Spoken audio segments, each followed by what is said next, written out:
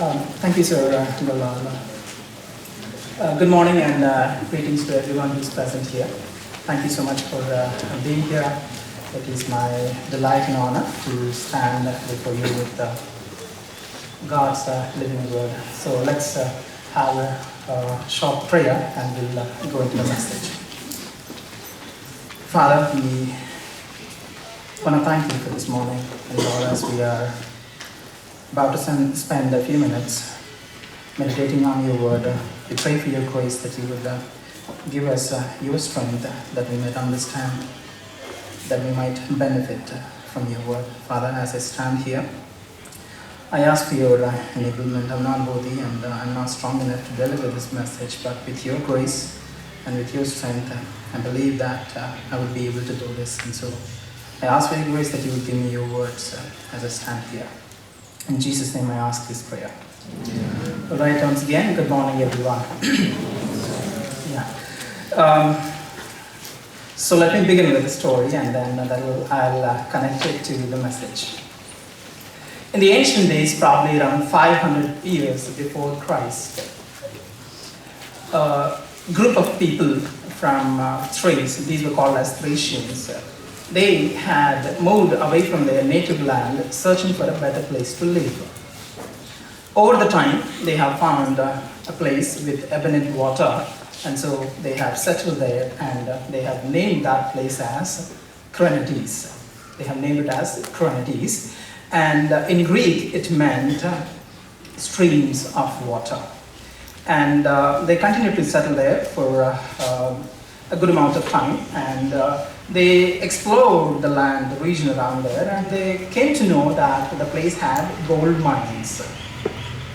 And they were super excited of the fact that the place had gold mines, and so they tried to keep it a secret, but they could not keep it as a secret for a very long time. And so eventually, the neighboring regions came to know of the fact that this place had gold mines, and so a powerful king in the neighboring region had invaded this land, and he slaughtered some of them and he expelled the remaining ones, and then he brought his people and made them to settle there. He built a city, he built great, strong and mighty walls and fortified this city with great protection and security so that nobody ever would be able to come and touch this, because it's a precious land, because it has gold.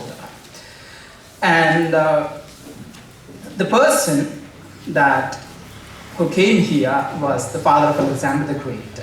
And so he invaded this land, Kranidis, and he built this city, and he named the city after himself as Philippos, basically means the city of Philip. And so it's named as the city of Philippi, okay? And so after the fall of the Greek kingdom, Romans have come into power, and so they have also had great significance for this place, because it not only had gold mines, but it also had control of the great trade route of the ancient days, because this place kind of controlled the trade route that actually leads from one part of the world to the other part of the world. And so they also had great significance and importance for this place.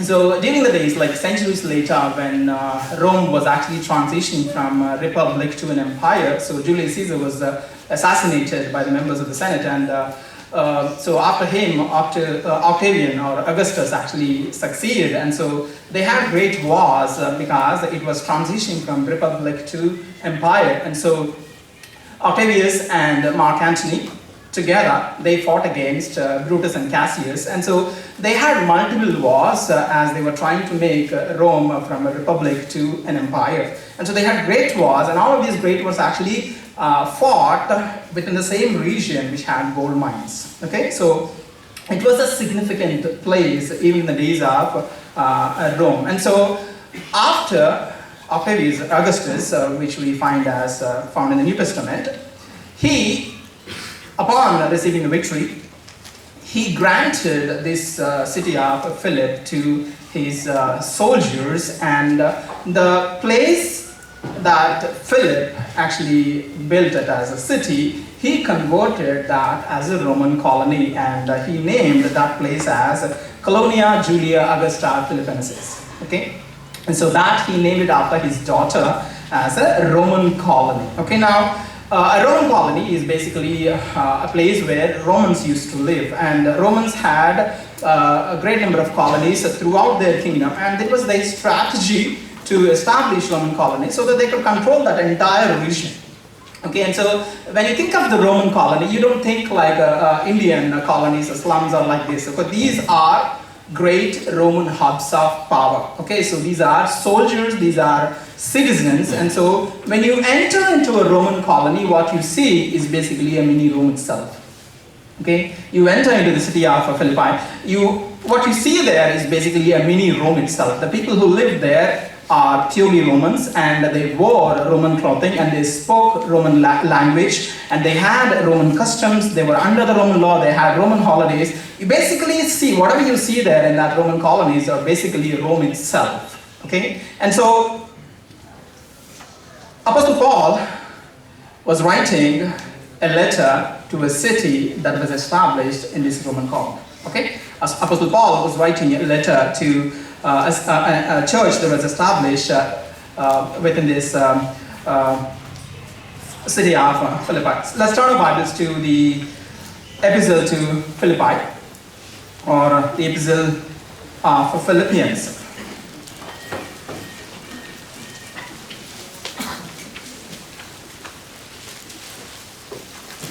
Epistle to the Philippians, chapter 1, 27 to 30. Chapter 1, 27 to 30. Epistle to the Philippians, chapter 1, 27 to 30. And it reads, "Only let your conversation be as it becometh the gospel of Christ, that whether I commence you or else be absent, I may hear of your affairs, that you stand fast in one spirit, with one mind, striving together for the faith of the gospel. And in nothing terrified by your adversaries, which is to them an evident token of perdition, but to you of salvation, and that of God. For unto you it is given in the behalf of Christ, not only to believe in him, but also to suffer for his sake, having the same conflict which you saw in me, and now here to be in me." Apostle Paul visited this Roman colony in the book of Acts, chapter 16, as Luke presents it as a Roman colony. Okay, he clearly records it in chapter 16 of book of Acts as a Roman colony. And so Paul was in his second missionary journey, and it was those days when gospel was now entering into the continent of Europe. And so Paul enters into the city of Philippi, the Roman colony, for the first time, and then he proclaims this gospel, and as an effort of that, a church was established. And then later, after his third missionary journey, that Paul was arrested, and then he didn't get justice in Jerusalem or Caesarea, so he asks that he would like to appeal to Caesar himself. So he was arrested, and then he was now taken to Roman prison, and Paul was there in the Roman prison under house arrest, and so when he was there, the church at the city of Philippi came to know that Paul was in prison, and so they sent Epaphroditus to assist him, maybe through financial or some other means. They actually sent an assistance to him. And so when Paul received this gift from the church of Philippi, he was writing a letter, and the passage that we are reading is actually coming from that context. And he begins here in verse number 27, "Only let your conversation be as it becometh the gospel of Christ." Now, when you begin from the first verse, that Paul introduces himself, and then he talks about a lot of things, that his inner feelings in the first 26 verses, and in 27, he actually enters into the body of this particular episode. Okay, and so here he begins major concepts that are going to be expanded further in the later verses. So he says, "Only let your conversation be as it becometh the gospel of Christ." Now, for so long in my life, I thought, let your conversation be as it becometh the gospel of Christ. Like number of translation, let your conversation be worthy of the gospel of Christ. I have thought like the conversation here, the concept, the word conversation here, I thought was referring to our daily communication style, our conversation style with the people, like in relation to the believers.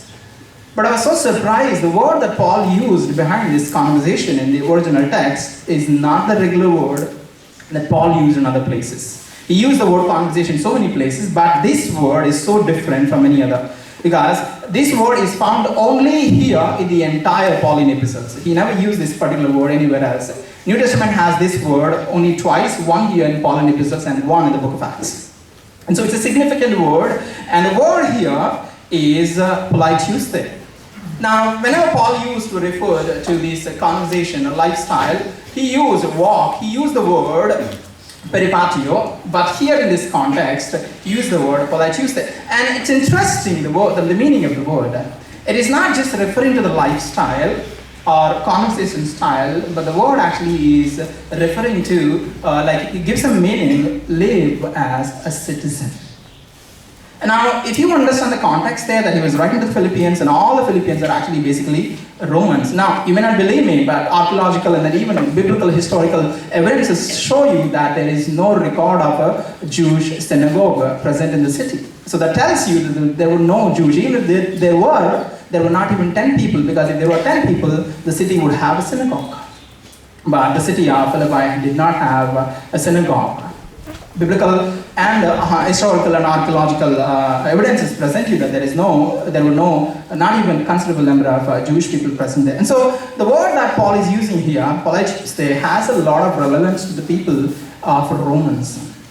Okay, because they know their identity, that they are Romans, even though they may be living 1,300 kilometers away from the city of Rome itself, but they are Romans in all their hearts. Okay, like when you enter, what you see is the Roman world itself. They were so proud of their citizenship as Romans, okay? And so they had this great respect and regard for this Roman citizenship, and so they take a lot of responsibilities and privileges that come along with the citizenship. And so, like, they know what it means to live as a Roman citizen. They clearly know what it means to live as a citizen. So that is the reason Paul is using the word politeustai to communicate to the believers here at the church of Philippi. Tells, live as citizens, but not of Rome, but of heaven itself.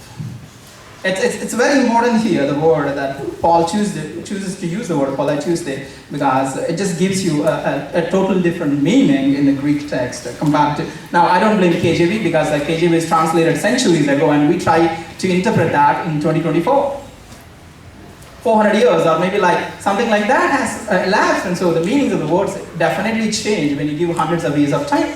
And so we don't really get it, but the actual text meant so much, and it had a lot of weight when these Philippians were actually reading the letter that Paul wrote to them.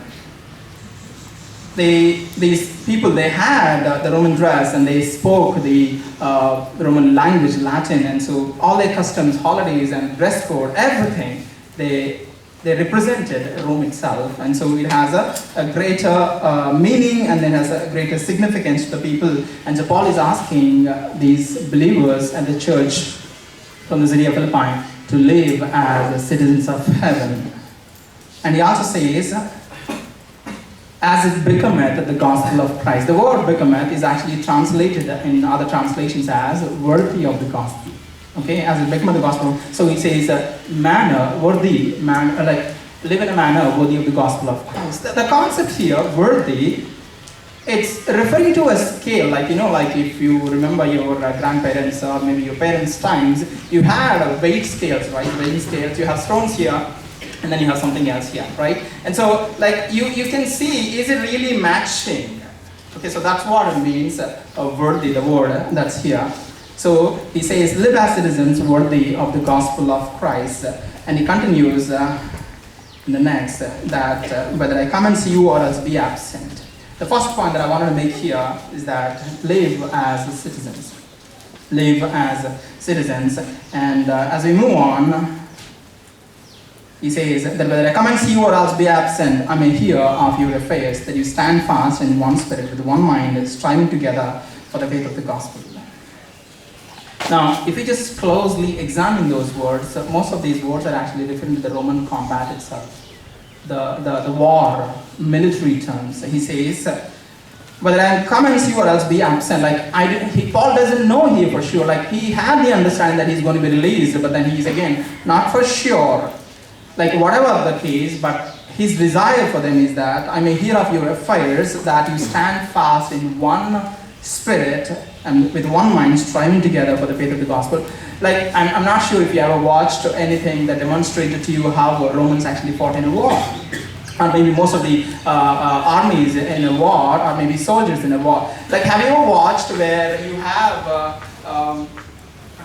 soldiers lining up and the enemies are coming, okay? So they have shields and all placed, where no matter how strong the enemy pushes, the line doesn't even move an inch. Okay, so that is the meaning that Paul is saying here, that you stand fast in one spirit, with one mind, striving together for the faith of the gospel, that they should not be moved an inch. Now, Paul is not asking these people here to go and wage war physically, but it is more of a spiritual warfare that Paul is presenting here. Now, why is Paul referring to these words, that you stand fast in one spirit, with one mind, striving together? Probably there were a lot of issues going on, maybe within the church, or maybe from external forces that may be trying to attack the faith of the gospel. And so he's telling them to be united, to have that cooperation, that they stay together and then strive together to advance one cause. What is that? The faith of the gospel. And he says, and in nothing terrified by your adversaries, which is to them an evident token of perdition, but to you of salvation and that of God. In nothing terrified by your adversaries. One of the things if Rome has taught to their soldiers is this. There are two wars. One is a physical war and the other one is a psychological warfare. If you have lost it in your mind, then you would lose the war. If you, in your mind, think that you haven't lost the war, then you would eventually get the victory, because it's all related here. If you think in your mind that you are losing, then you will eventually receive only loss. But if you are confident in your mind that you are not losing, then you will eventually win the victory. So they have taught to the Roman army. Psychological warfare is very, very important in the Roman army. And so he said, in nothing be terrified, that do not allow your opposition or opponents to make you afraid. And you see, your courage itself is a sign that they are going to be losing. So if you are afraid, that means you are losing. If you, as I said, in the war, if you are courageous, that means you are not losing. If you can understand that context, it becomes very clear what Paul is saying here. And nothing terrified by your errors, do not be afraid. And so that concept itself shows that that is a sign of their destruction and a sign of your salvation of God. Now, connecting here, one is that, what does it mean to live as a citizen, and what does it mean to strive together for the faith of the gospel? Living as a citizen is a solemn responsibility that Romans have taken upon themselves, and they will never do anything that would actually bring any disrepute to their citizenship. They were very, very cautious because they kept a high regard of their citizenship, their status, their identity, and Paul is telling them to live as citizens. And so the message is directly transferred that live as citizens, heavenly citizens, and maintain that reputation. So your thoughts, your actions, your dress code, and your practices, your talking style, all these things, live as citizens. Just like how Romans kept it in a high regard, maintaining their own reputation as Roman citizens, you should also do the same, living as citizens of heaven. And then he tells here that not allow the enemy to give you that fear, that stand firm. Now, we may be facing, when we are here in the campus, we may not be facing a lot of opposition, but when we leave from here, we might be facing a lot of challenges when we are in the mission field. And there could be so many things that could terrify us, but God is with us, and so with that, because eventually the victory is ours, right? Eventually the victory is ours. And so if you understand, then there is nothing actually for us to lose, and we can totally be strong and confident, not being afraid of the opposition that we face in the mission field. Let me just continue here. That we must do whatever it takes to advance the gospel. And there will be oppositions and there will be persecutions, but we are called to strive with one mind and one spirit, unafraid of the situation opposition may bring, enemies may bring, or life itself may bring against us. And the third one that Paul presents here is suffer with honor in verses 29 and 30. Paul says, for unto you it is given in the behalf of Christ, not only to believe on him, but also to suffer for his sake, having the same conflict which you saw in me, and now here to be in me. Again, try to read it from their context, how Paul is writing to these Roman soldiers who were actually given the citizenship. You need to understand these two concepts here. One is that they were awarded or rewarded citizenship for their service. And so these two are major concepts. Citizenship is there, at the same time that idea of soldiering, like the soldiers, the war context was present there. And so Roman soldiers, again, it says like, let me rephrase that. For unto you it is given the behalf of Christ, not only to believe on him, but also to suffer for his sake. Like, we have been given the responsibility that not only just believe, but also to suffer for his sake. To suffer, that means it is a responsibility, it is a solemn responsibility of every Christian to go through that suffering in their life. And like it is said that we are never close to God than when we are in suffering. That suffering is a tool that God uses to take each of us closer to him. And so it's a good thing, it is a solemn responsibility that God brings to each of us in our lives. And it could be coming in so many ways into our lives. So to understand the context here, Roman soldiers underwent rigorous training to prepare them for the hardships of battle, and they were taught to endure pain, deprivation, discomfort without any complaint. They were trained to embrace suffering as if they loved it and desired it so much. And so suffering and enduring hardship were seen as honorable.